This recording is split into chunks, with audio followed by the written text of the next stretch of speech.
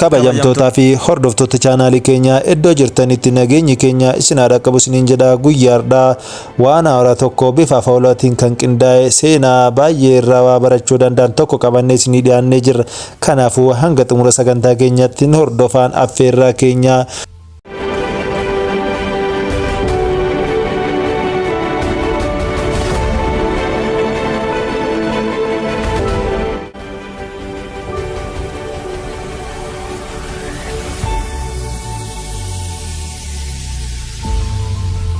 Hattuu warra wadaajaa hattee qabamte biyya tokko keessa hattuu lamatu ture.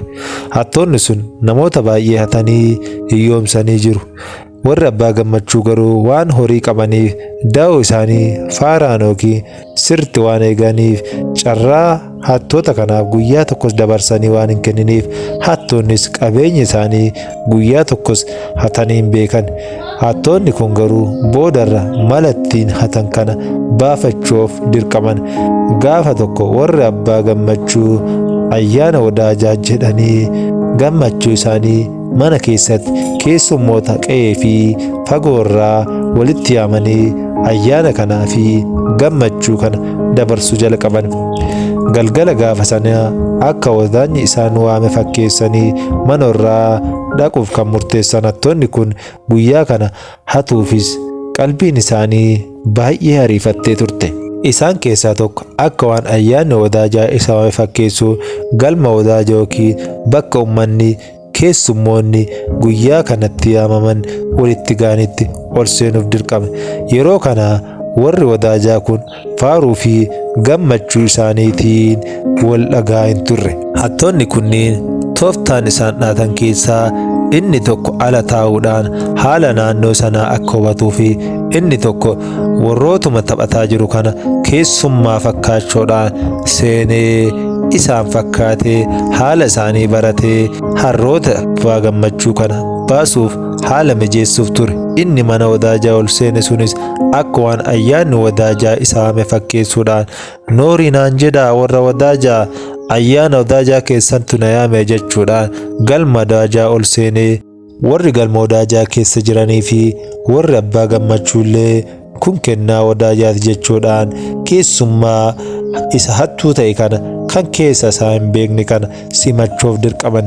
Hattichi garuu wadaanyi isa waame akka hin jirre waan beekuu qora qalbii abbaa gammachuu fi keessummaa kanniin yeroof hubatee jeekarsa kana itti fuufe.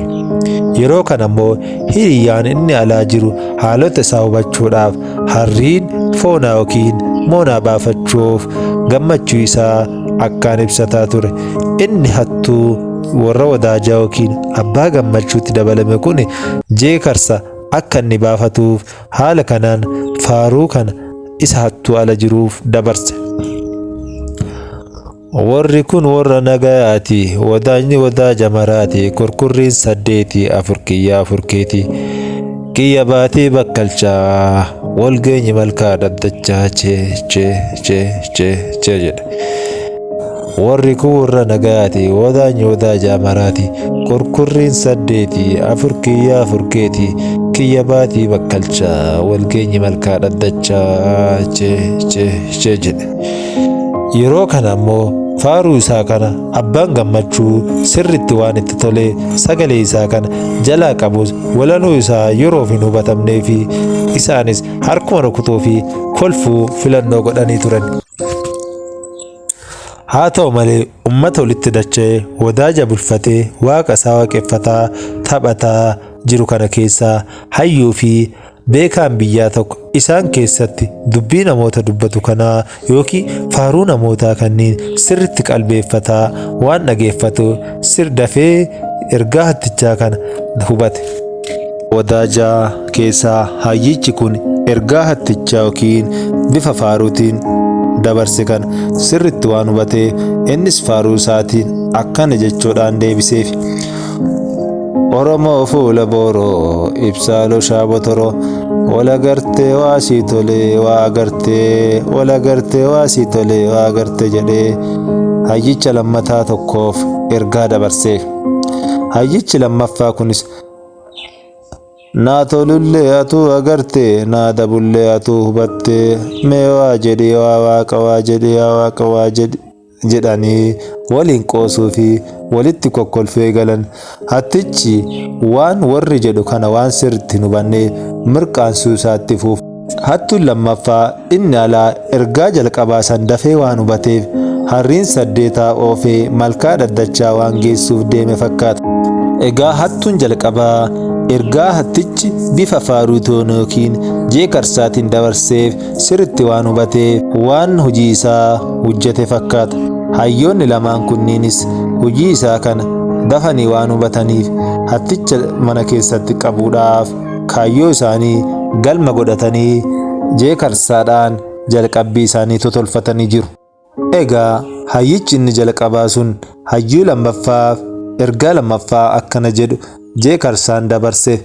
Hin qabneefis qabdee jirta agartee hin wallaalinii qabdee hin gadhiisinii nu duriyyuu waaqaa waa jenne jechuudhaan gorsaa fi murtii achumatti kennan.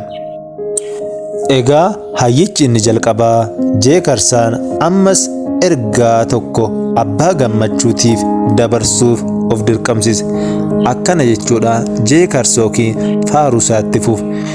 Hin qabneefis qabdee jirta agartee hin wallaalinii hin qabneefis qabdee jirta agartee hin wallaalinii qabdee gad hin dhiisinii qabdee gad hin dhiisinii qabdee gad hin dhiisinii agartee hin wallaalin jedhee irra deddeebi'ee ergaa kana abbaa gammachuufis dabarseef.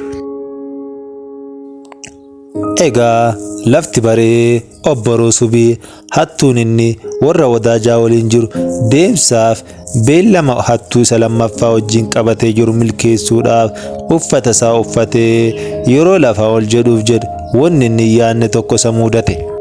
Egaa dubbiin hayyootaa bifa jeeqarsa yookiin faaruutii walitti deddeebisaa tuni isaaf hin hubatamne ture.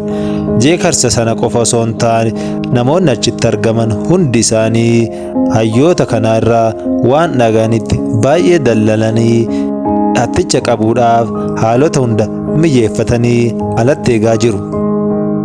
Yeroo inni balbalatti ba'uuf jedhu dargaggeessitu ciccimoo itti filatanii harka isaa duubatti hidhuudhaan gara malkaa daddachatti qajeelan. Yeroo kana hattuun lammaffaa harroota saddeetii wadaroodhaan yookiin haadaan morma isaanii hidhee gara mukaatti xallisee akkasumaan gama gabaatti geessuudhaaf gammachuu isaa jeeqarsa isaa kophatti eegalee jira. Daqiiqaa muraasa keessa dargaggeeyyiin hattuu hiriyyaa isaa harkaaf miila hidhanii isa bira geessan. Isas kallattiidhaan waan hattuun jalqabaa irratti geggeeffame irratti geggeessuudhaaf dirqaman. Morma isaanii wadaroo harriin isaan irratti hidhaman sanniin irraa hiikuudhaan dabaree harriinii taasisuun duubaan gara afootti jedhanii miilaan rukutaa takka ammoo uleedhaan miila isaanii caccabsaa gara mana hidhaa geessuuf dirqaman. Egaa kabajamtootaa fi hordoftoota Gadaa Digital Miidiyaa sagantaan guyyaadhaa qabannee qiqindeeffannee isin dhiyeessuudhaaf gara chaanaalii keenyaa dhiyaanne kan hangammaa dhageeffatan kana ture.